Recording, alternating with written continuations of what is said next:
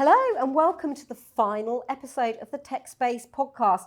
And today I'm joined by Jonathan from Techspace. So great to be here. Welcome, Jonathan. Let's start off with you telling me a little bit about what Techspace is. Sure. So we provide flexible workspace. We target the tech community. So we only let in tech businesses. That means we can provide services, content that's only relevant to them, contrary to some other providers where they would find that difficult because they've got a whole array of different people in their spaces.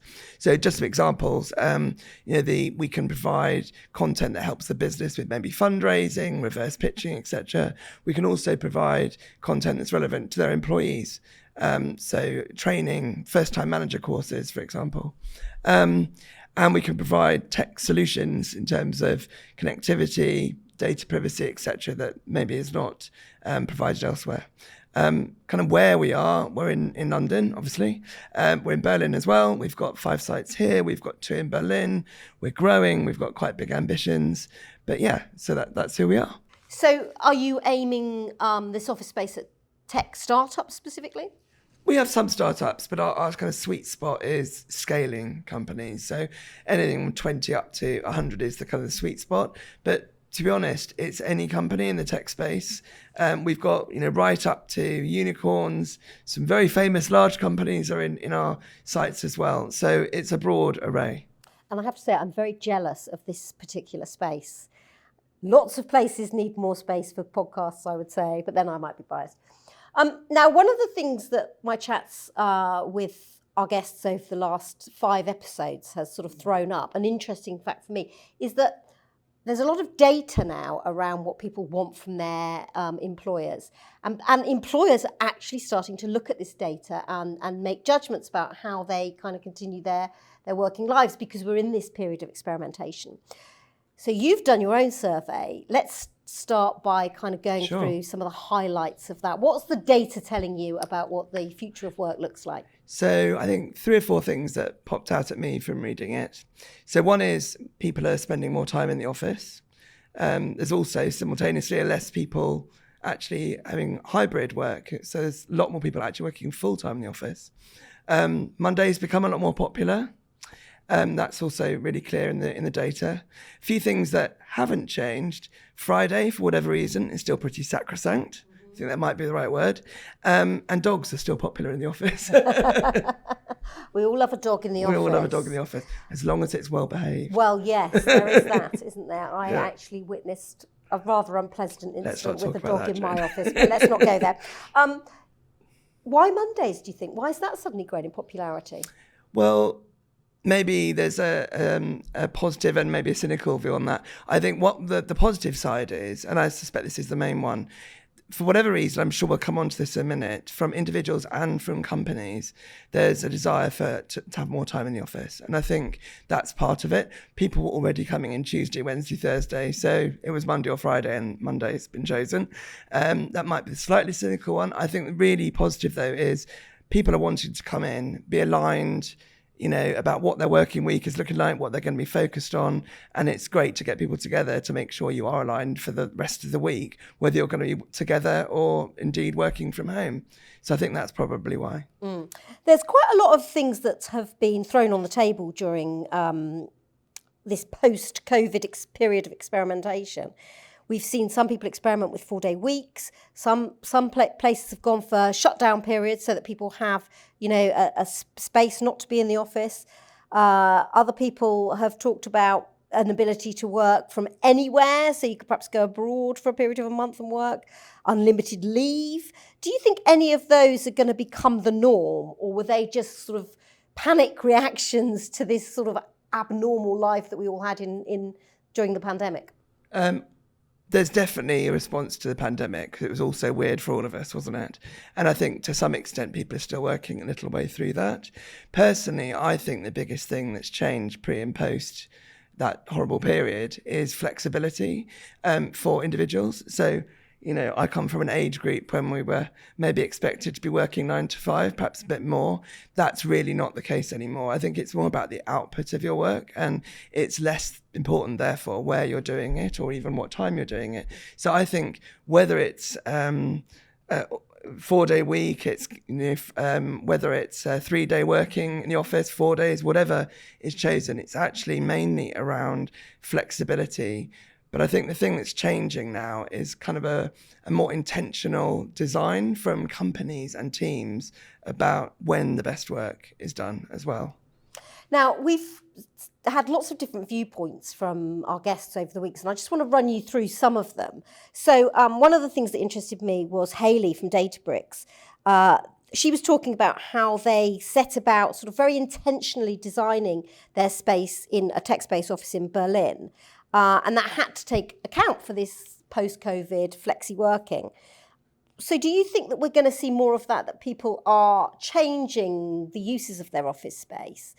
We also spoke to Hussein from Quench. She was talking about we might not always use it as office space. We might have events or other things in the evenings. Is that going to become a norm, do you think? I think it is because, I like the way you used intentional, because I think that's perfect for what Databricks have done. They've really thought through, I think, like how they want to use the space, what works best for individuals. I know that they've got spaces for people who've decided they want to be in every day of the week. They've also thought about teams, they've thought about their company, and they've designed their whole space around it. So I think intentional is exactly the right word for how they've designed their space. And I think companies need to do that a lot more. I mean, maybe we could come about that a bit more later, because I've got certain thoughts on that. But sorry, the other question you had was... Well, let's share your thoughts on Okay. let's do that while it's fresh in our minds, because actually it also occurs to me that some teams, like sales teams, probably want to be together more, and that's fine. But some people, say you're working in a canteen, you can't be flexible, can you? You have to be there. So Yes. There's a certain inequity that's being set up amongst companies with this whole concept of flexibility. No, that's absolutely true. And we've had to deal with that ourselves, because we've got half of our team that have to be on site because we're opening our sites to our members, and then the central team that are not in the same position.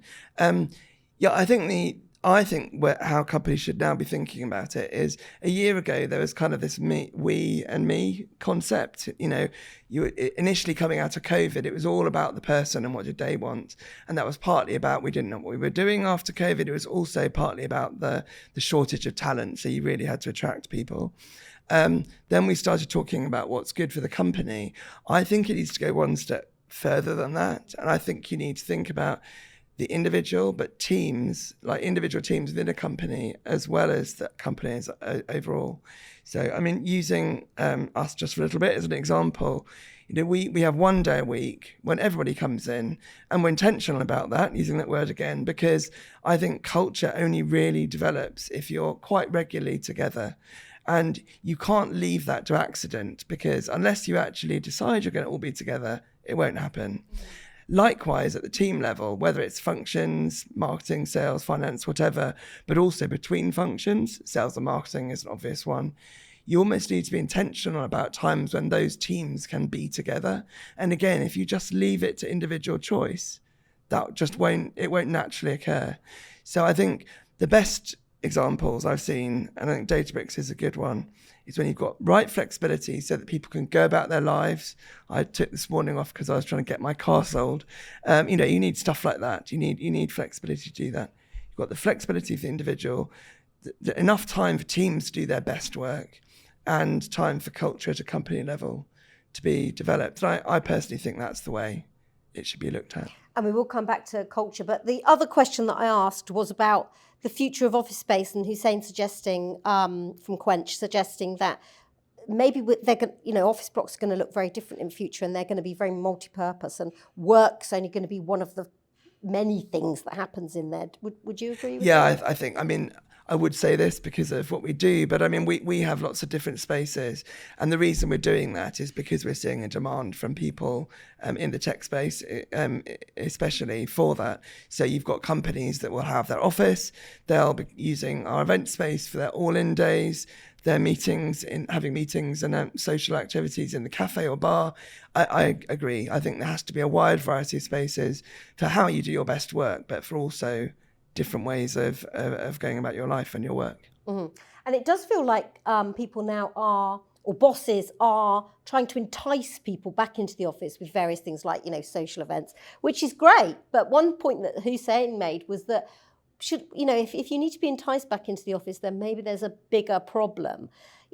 Are we now in a stage where people should want to come back into the office and it should be a more natural thing, and we shouldn't be going, well, but we're going to have alcohol in the office on Thursday, so come in. Yeah, I would agree with Hussein, and I could take that one stage further and say I think companies being kind of mandating numbers of days without thinking why they're doing it is also means they're probably not aligned on a cultural level.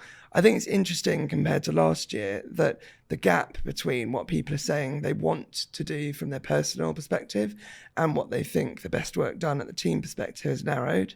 I'd hope that's because, like, from a cultural perspective within companies, there's greater alignment around those facts. So one of the findings of the report, and it's kind of obvious, is that the one of the reasons people like coming into the office is for social interaction. And we've already talked about, how you can kind of almost artificially create that with events. But you also mentioned how you need these kind of team days. That's quite a thing for a business to get their heads around, isn't it? That they in the past they've just thought, well, everyone's going to come into work and we don't have to think about this. But again, now I'm going to use intentionally again. It's going to become our favourite word. They're going to have to start intentionally planning stuff. Is that a good thing because it makes for better collaboration, better creativity, do you think? Yes. I mean, I think, again, it's about having different types of meetings, different types of engagement, different people to get the best out of your day and your effort. And I think if you all you do is come into an office every 5 days a week, it's good in many ways, but it's not going to get the best out of people, and it's not going to be best for them from a personal perspective. If you design different events, different ways of coming together with an intention of doing something different from that session, that has to be a good thing. But it means a bit more effort planning it, definitely. Yeah, exactly.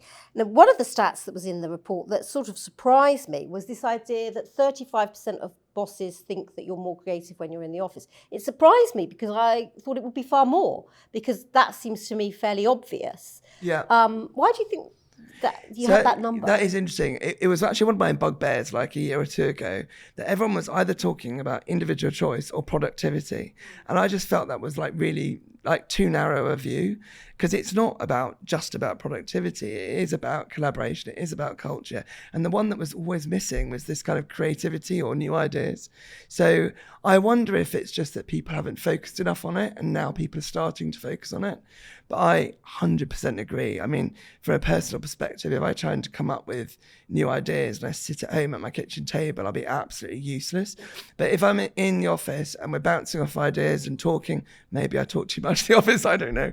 But if you're bouncing off people, I think you all come up with much better ideas, and you improve the new ideas that you come up with as well. So I'd hope to think that it's just that people are only starting to really think about that. And maybe it's that people are making more space for those kind of creative meetings that were always regarded as a sort of add-on before, but now sort of almost have taken a more central part. I think that's right. There's one anecdote I can mention, actually. In COVID, we were having all of those Zoom meetings where we were all being brought together to keep going, and we had a CEO group one, and I really remember this, that there was a CEO from a computer game company, and initially in the early stages, this is great. My software programmers at home, and they're super productive, and we're churning through these games. It's absolutely fantastic. 9 months later, he was like, it's terrible. We've come up with no new ideas for computer games.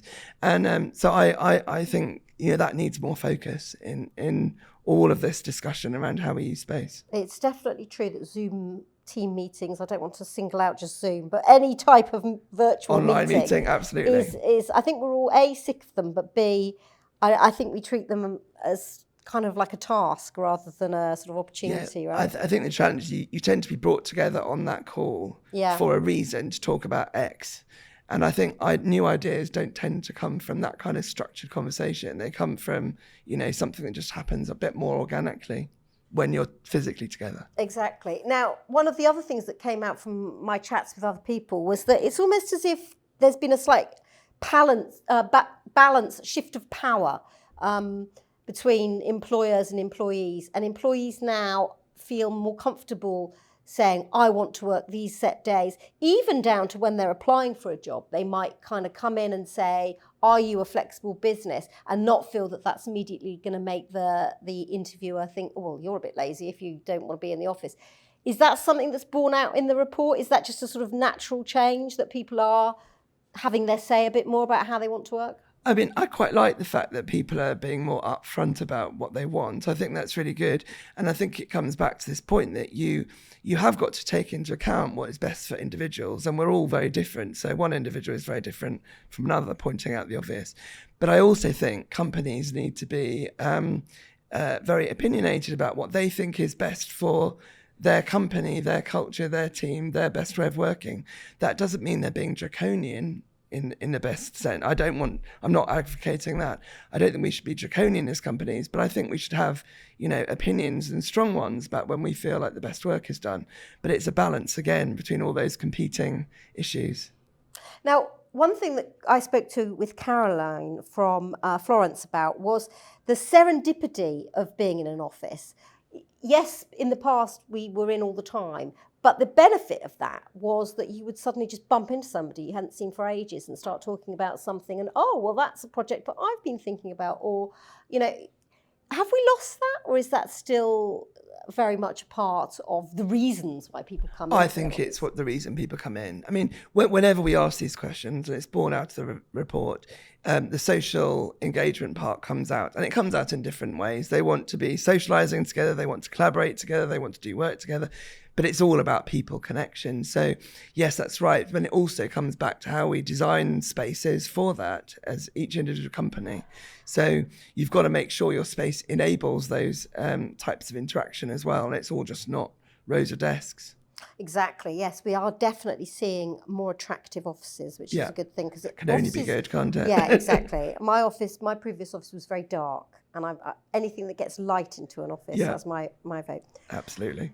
One thing that struck me when I was talking to Florence as well was Charles, the co-founder, was talking about how you have to, as a boss, you have to think about what's going to be the best for your company in terms of productivity, not individual need. Now, I know we talked about that a little bit earlier, but it was a point I hadn't really considered, that suddenly businesses are going to get these demands from people. I want to work this day. No, I don't want to work Friday. I want to do this.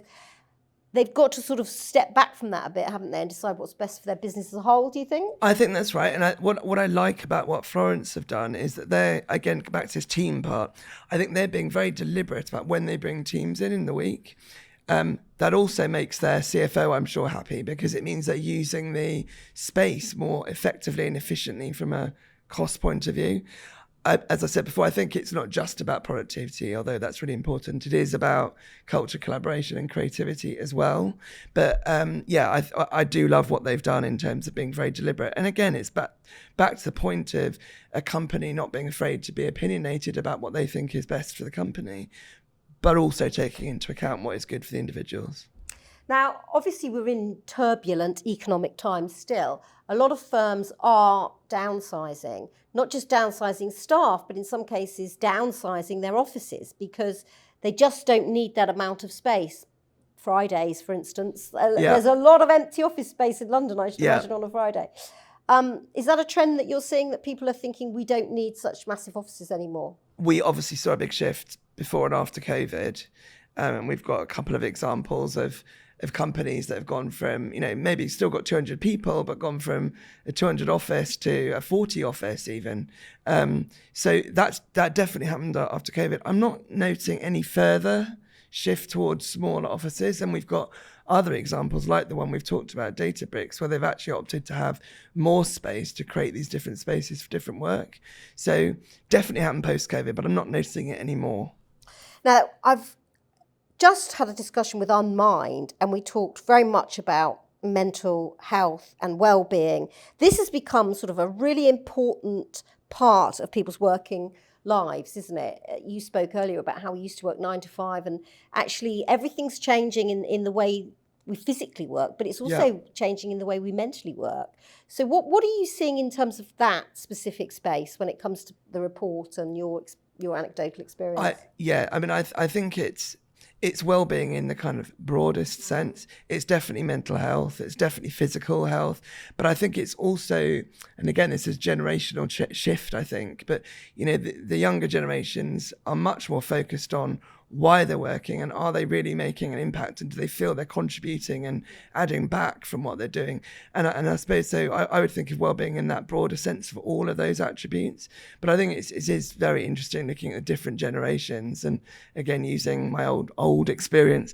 There was very little recognition of mental health when I was growing up in my kind of early work years.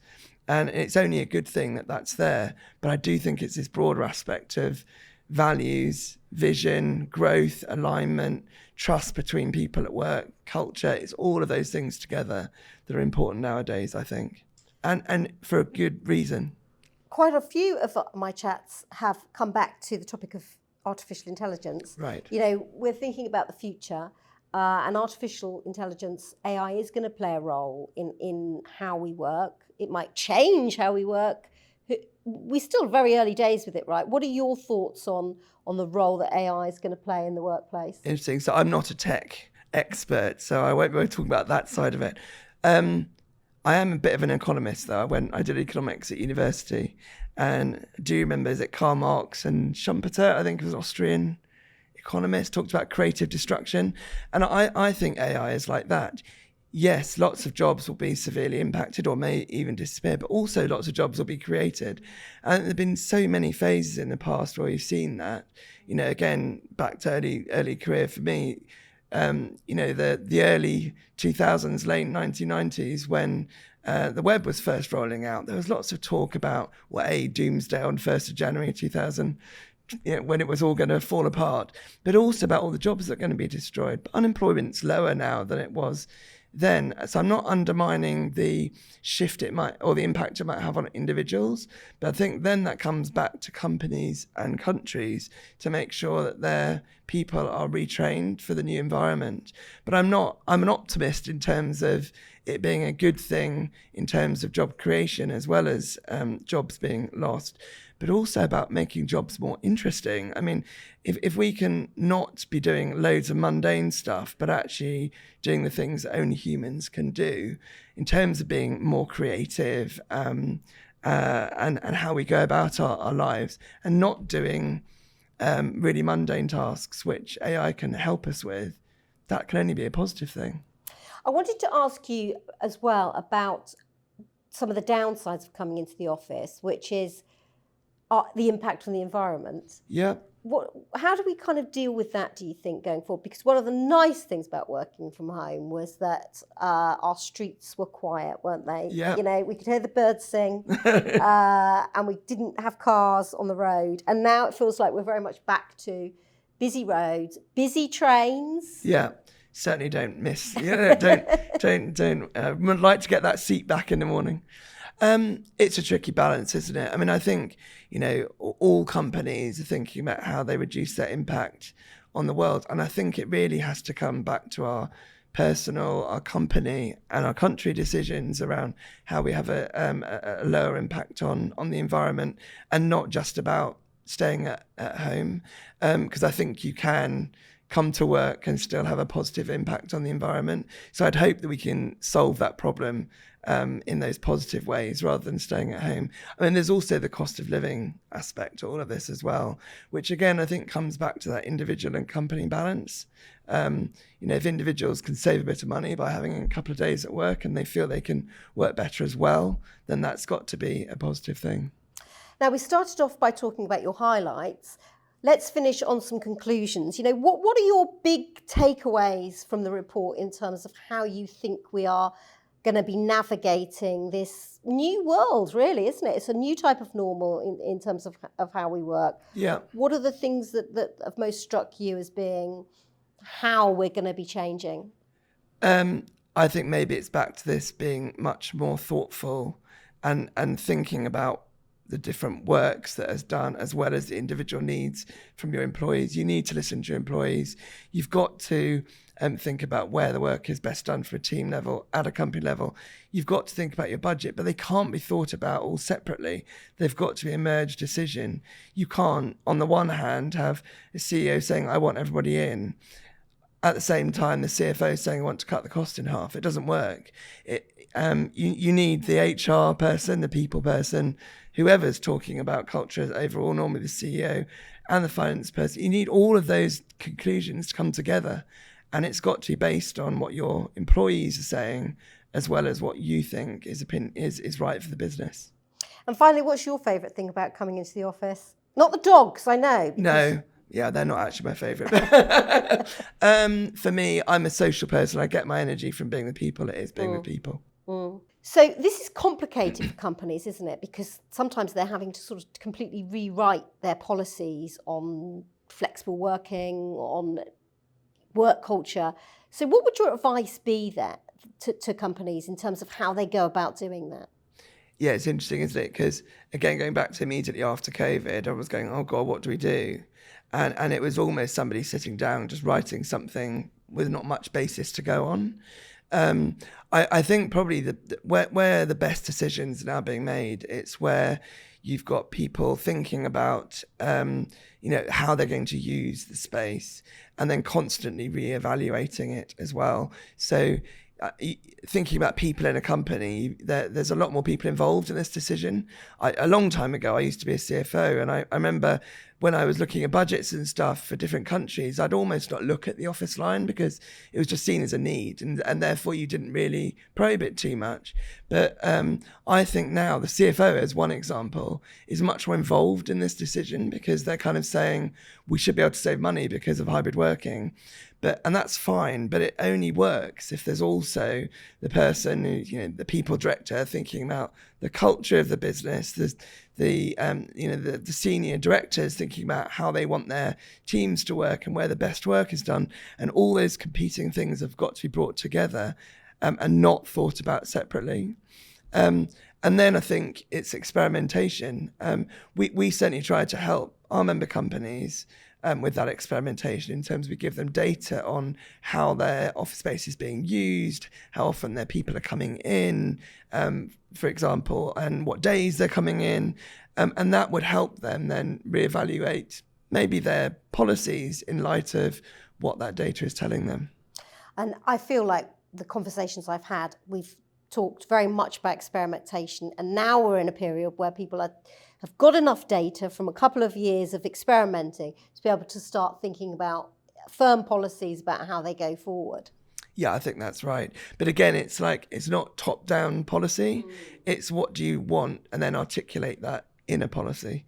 I think that's the right way to create what you want to communicate to your teams. So to conclude, a more collaborative workforce, yeah. Taking on board what people want, but still trying to design policies that aren't just kind of knee-jerk policies, but that take into account how your business your business needs are. And again, sorry using that word again, but being intentional about when people are coming in, because otherwise what you get is you'll get a day when there's not enough people in, or it's too empty, and the people that have come in to be with people are not then with people, so they don't like being there anymore. Or the opposite example, too many people in, and then no one feels they can get work done. So you've got to think of everything and bring it together, which makes this whole office decision a much more complicated process than it ever used to be. What do you think about hot desking? I worked with a company, or wrote a story about a company that had very intentionally decided to introduce hot desking and then said that people didn't like it at all. They wanted to go to exactly the same desks, even if they did close down sections of their massive office. This was a big office block in Amsterdam. They closed down sections of it and saying, you have to work here today. And people just didn't want to do it. They wanted to go to the place they knew. Well, I think we are creatures of habit. We tried it in our own office. We kind of had hot desking and booking desks, and then we just found that everyone was going to their particular desk. So I think you're right. We're creatures of habit. We are human and animal after all, aren't we? So yeah, I think that's exactly right. Get rid of hot desking. Get rid of hot desking. I don't know. It's got a place, but it's not. It's certainly not the whole office. Yeah. Yeah. No. Okay, brilliant. Well, I think you've given us lots of food for thought there as to how we're going to design these offices and our workplace cultures of the future. So thank you so much for joining me, John. Thank you very much.